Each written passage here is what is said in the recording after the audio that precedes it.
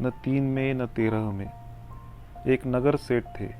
अपनी पदवी के अनुरूप वे अथाह दौलत के स्वामी थे। घर बंगला नौकर चाकर थे।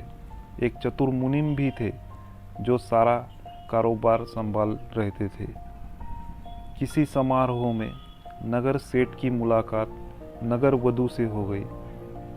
नगर वधू यानी शहर की सबसे खूबसूरत वेश्या। अपने पेश की ज़रूरत के मुताबिक नगर वधू ने मालदार व्यक्ति जानकर नगर सेठ के प्रति सम्मान प्रदर्शित किया। फिर उन्हें अपने घर पर भी आमंत्रित किया। सम्मान से अभिभूत सेठ दूसरे तीसरे दिन नगर वधू के घर जा पहुँचे। नगर वधू ने आतिथ्य में कोई कमी नहीं छोड़ी, खूब आवभगत की और यकीन दिला दिया कि वह सेठ से बेइंतहा प्रेम करती है। अब नगर सेठ जब तब नगर वधू के ठौर पर नजर आने लगी। शामें अक्सर वही गुजरने लगी। नगर भर में खबर फैल गई। काम धंधे पर असर होने लगा। मुनीम की नज़रें इस पर टेढ़ी होने लगी। एक दिन सेठ को बुखार आ गया।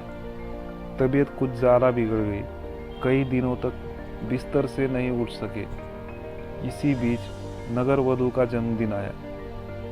सेठ ने मुनीम को बुलाया और आदेश दिए कि एक हीरो जड़ा नौला का हार खरीदा जाए और नगर वधू को उनकी ओर से भिजवा दिया जाए। निर्देश हुए कि मुनीम खुद उपहार लेकर जाए। तो फिर मुनीम था, खानदानी मुनीम। उसकी निष्ठा सेठ के प्रति भर नहीं थी, उसके पूरे परिवार और काम धंधे के प्रति भी थी। उसने सेठ को समझाया कि वे भूल कर रहे हैं। बताने की कोशिश की, वेश्या किसी व्यक्ति से प्रेम नहीं करती, पैसों से करती है। मुनीम ने उदाहरण देकर समझाया कि नगर सेठ जैसे कई लोग प्रेम के भ्रम में वहाँ मंडराते रहते हैं, लेकिन सेठ को न समझ में आना था, न आया। उनको सख्ती से कहा गया कि मुनीम नगर वधू के पास तोहफा पहुंचाए। मुनीम क्या करते? एक हीरो जड़ा 9 लाख का हार खरीदा और नगर वधू के घर की ओर चल पड़े।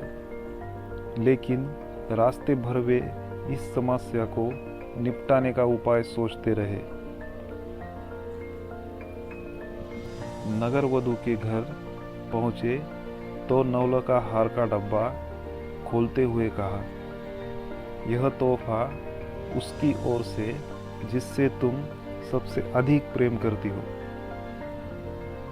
नगर वधू ने फटाफट 3 नाम गिना दिए।